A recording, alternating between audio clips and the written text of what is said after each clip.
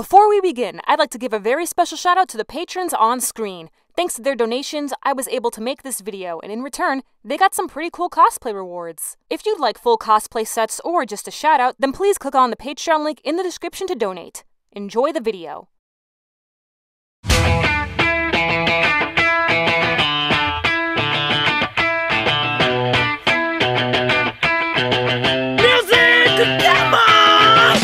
Sup everyone, I'm your female otaku, and I'm here to show you some awesome anime airing this season that you have to watch. Now, I have a full-time job, so I don't have the time to watch every anime airing this season.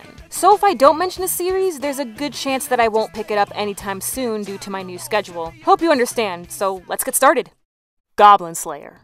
Might as well get the most talked about anime of the season out of the way first. I enjoyed Goblin Slayer's first episode, and the graphic scenes weren't anything I haven't seen before. For an anime that's being talked about so much, there technically isn't much to say since we don't know what the main story is. We know that this is a medieval dark fantasy, and we know that the titular character wants to kill all the goblins, but that's about it so far. Whenever the story decides to drop, I hope it'll be intriguing enough for me to continue watching.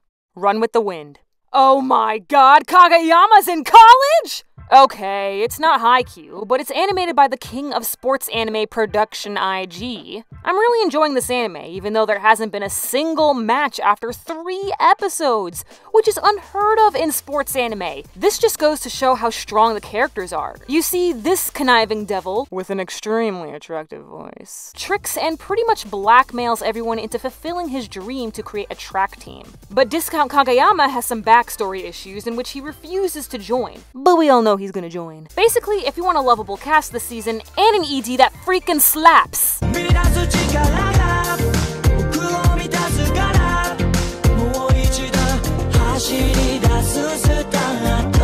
then look no further.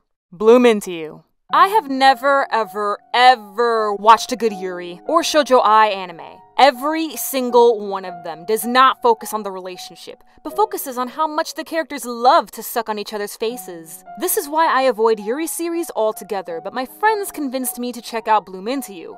And boy was I impressed. It's not exactly a romance, but about the main character Koito discovering what love is to her and how it feels. The senpai, Toko, has never fallen in love until she met Koito, but Koito doesn't return her feelings. It's actually super refreshing to have an anime about unrequited love focus on the rejecter instead of the rejectee. I don't think that's ever been done before, so props to this anime.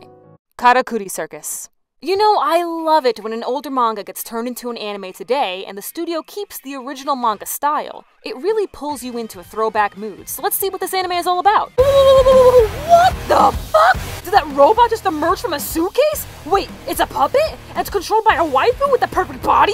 And these puppets are like mechs or stands, but so much cooler. What even is this? I want one! Give me one! I want one! JoJo's Bizarre Adventure, Golden Wind. Every time I close my eyes, wake up feeling so horny. Well, that's not usually what I think of when watching JoJo's, but there's a first time for everything, I suppose. I guess the Part 5 manga reader's up and died or something, because no one is trashing this anime. And honestly, how can you trash JoJo's when it's just so freaking great? This time around, our story sets in Italy, with our main character Joino, who wants to become... OMG, this anime is so fabulously stupid, I love it. Golden Kamui. I honestly cannot believe I'm alive during a time when I can watch Catchu T Circus, JoJo's Part 5, and Golden Kamui back to back. It's like the holy trinity of weird adventure anime. Do we even deserve this? Anyway, Goblin Slayer's first episode may not have disturbed me, but boy did this episode. Spoilers, so if you're not caught up, please skip to the following timestamp on screen. Edo guy showing up in his human skin fashion almost made me want to throw up.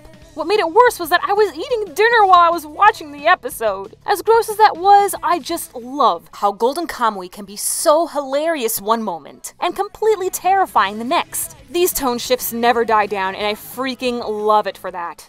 Zombieland Saga. Every so often, I run into an anime that has a pretty good first episode, but I end up not watching the rest of it. Zombieland Saga is that anime. I honestly found the first episode to be pretty hilarious to the point where I had to pause the episode because I was laughing so hard. But I'm not exactly hooked on watching the rest. Yes, I know about the rap in episode 2 that everyone will not shut up about, but to be honest, it sucks compared to the rappers from Devilman Crybaby, Do Not At Me.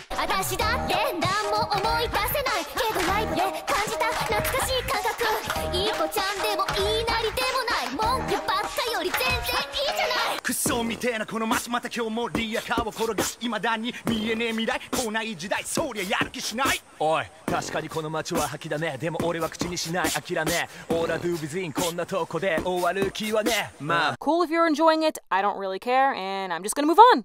Sword Art Online Alicesation. Let's stop talking about weird anime and discuss the latest season of SAO. Season 3 is already confirmed to be 4 core, meaning it'll be airing for a whole year. I don't know anything about Alicesation, and after the first 3 episodes, I still don't know what's going on.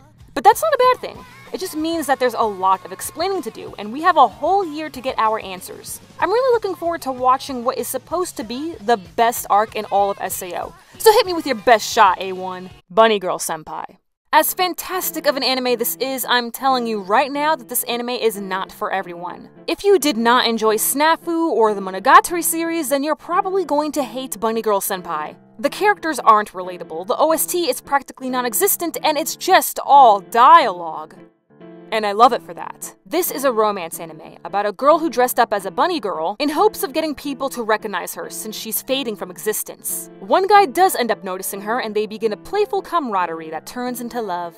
Bunny Girl Senpai progresses at a very good pace, with the characters being honest and open with each other, so I highly recommend it. Tsurune. I'm like Makoto, but more energetic! I'm like Nagisa, but a ladies' man. And I'm not like Rin. Yes, you are. No. But you're so angry. That's why I call him Kachan. Welcome to Discount Free, where the fan service is all in the receding hairlines. Okay, I'm making it sound like I hate Tsurune, but I really don't. This is actually my chillaxing anime of the season.